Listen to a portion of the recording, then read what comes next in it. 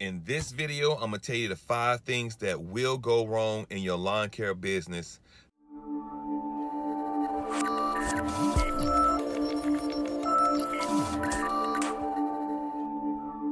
What up, fam? This is Vic from Cutz Premium Lawn Care here in Conyers, Georgia.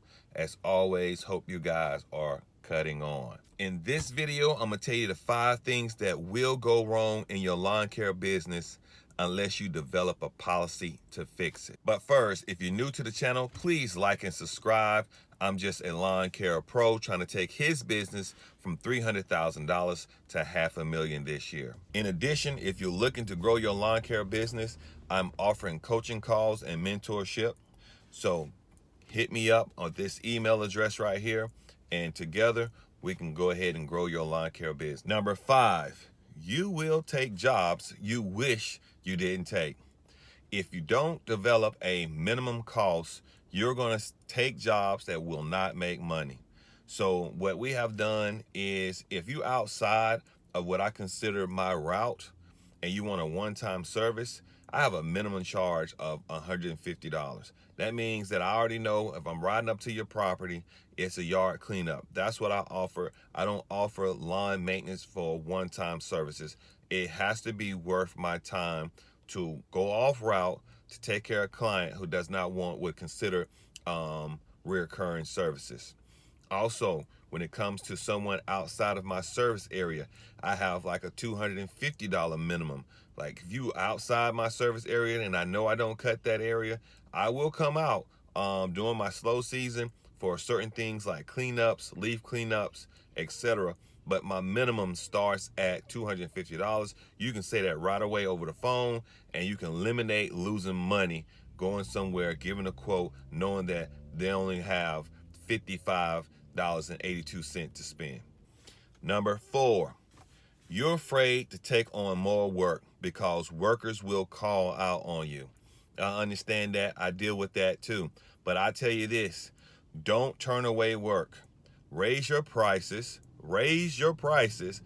and give them, I wouldn't necessarily say a go away price, but give them a premium price and see if they want you to do the service. And what you do is you drop the complainer on your route, the ones that always complaining about what you ain't doing, how you don't do a great job, and how things just, they should go somewhere else, but they pay you late.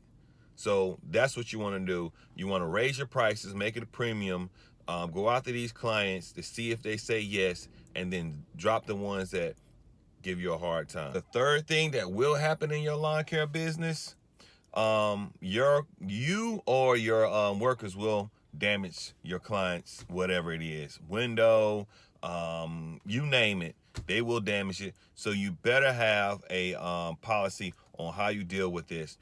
We have number 1 policy is, for us, you pay half of the damages, we pay the other half.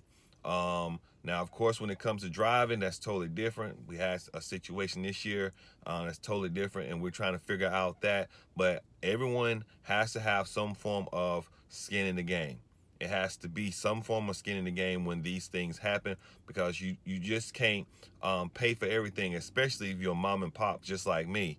And you'll go out of business if you got guys who will go out and just do things recklessly. Now, I do know accidents happen, but I always say this, we all have some form of responsibility when it's dealing with accidents. So go ahead and have a policy in place so you can deal with that situation. Number 2, you and your customer, when you talking about services that you're going to give them, you both have 2 different visions in mind. Their vision is going to be spectacular. You know what I'm saying? Everything is done, everything is cut, everything is look pristine. Your idea is based upon time. I know it is, because mine is based upon time, and we all work off of time. So we have a limit here at Cutz. If it's going to take us longer than 2 hours, we sell time only. We don't sell the job. Let's go back to number 5. You're not making enough money. So at the end, anything beyond 2 hours, we cannot quote it. Now, we don't have clients say, hi, hey, this is something that you do for a living. How you not quote it? Because there's a lot of unseen things when you start dealing with certain cleanups. So we sell time, and I'm telling you, we got a policy when we send out the quote.